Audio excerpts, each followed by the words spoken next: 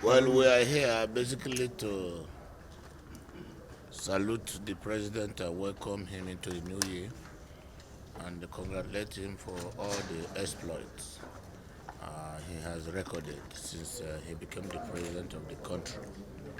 And also to renew our hope in his renewed hope agenda and exchange the pleasantries. And also, among other things, thank him for the way he has supported the governors of all the subnational governments since its inception and how he has sustained funding to governors, particularly in some interventions that are outside the statutory allocations. And the president is happy with that and also encouraging as a result of the insecurity in the country, acknowledge his efforts, commend him for doing so well, and also encourage him to continue so that insecurity will become a thing of the past in the country, and also do more interventions to alleviate the current situation in the country, occasioned by some of the policies that are meant to bring reforms. We are happy and we have acknowledged that his economic policies are working despite the initial challenges. And with time we shall overcome those challenges when we begin to reap the real dividends of all these reforms. And the governors are happy. We will be committed to supporting our president as his ambassadors at the subnational level, and also committed to marketing his policies to the grassroots, being the head of the subnational governments. I think we were happy and we were good. Business, eating increases the appetite. The more he gives us, the more we want to eat. And we expect that as Oliver Twist, he will ask for more and he will do the more. If you are completely aware and looking at the global situation, economically speaking, you will agree with me that the president is on the right track. And major economic policies all over the world are not determined by the masses. Masses enjoy the dividends. So president, going by the trajectory so far, is following, are doing those things that will make Nigeria save more money, make the economy be recovered and be rebuilt, strengthened, so that the masses will now have better standard of living, security will be guaranteed, the welfare of citizens will also be guaranteed, which is the statutory function of government, the welfare and security of the people. So the president is on the right track, and as leaders, we must rise and be vocal about his achievements, so that those following us will understand better. Any new resolve from the APC governors to support the president at subnational level? No, we are determined. I told you we are his ambassadors. The Progressive Governors Forum are determined and also committed into supporting the president to ensure that he succeeds. Thank you. Thank you very much. Very much for the congratulatory message. I know it is a victory, not just for me as a person, but for the great people of Benue State.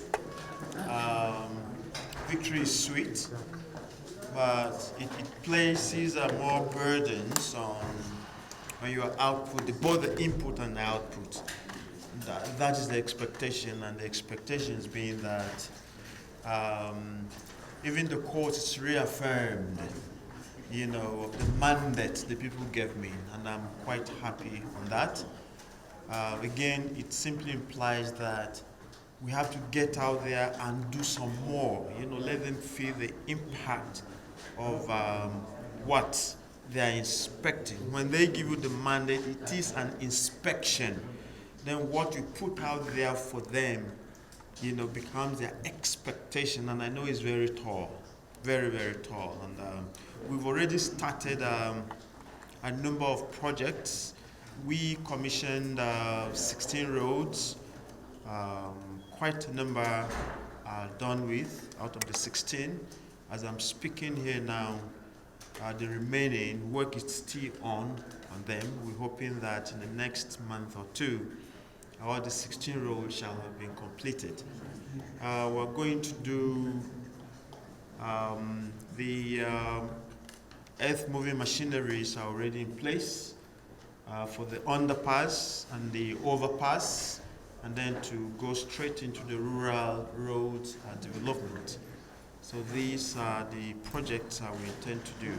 Work is already ongoing as I'm speaking here on the renovation of the 40-year-old State Secretariat. Never been touched before. It was quite in a dilapidated state, so we're going to reinvent it. We're working on reforming our civil service. Work is actually begun, and we also have an institute specifically for that. On Wednesday, the State Exco, gave an approval for the institute to be established, just to train and retrain our civil service. Feel it's a milestone on that, so that we understand fully. If you are in civil service, there's an expectation of you, and I'm happy there is an approval and work is already begun on that. So, plus all those that I've mentioned, there are many, many more expectations from the folks. We appreciate the support they continue to give. We're going to live up to the expectations, and then we keep giving them the dividends of democracy. Thank you. Pretty much, it's really just to thank all of our citizens in Lagos for their support, in respect of what party affiliation you are, and to call everyone, all Lagosians, to join us once again on our Greater Lagos journey. It's a journey where we've said no one will be left behind. We are transforming the state, the city. We're building structures, processes, institutions that will outlive us, and we're putting in place a governance structure that would improve the economic, relevance of Lagos in the country. And so for us, it's not just about a victory, it's about the people that have put in all of their hope and aspiration into our government. So really is to ask everybody to join us, in respect of whatever party it is, and to see that indeed the train in Lagos is moving. Yes, we have a real fiscal train, but the train of governance is moving. And what we have assured is that we will do it quicker, faster, and bolder.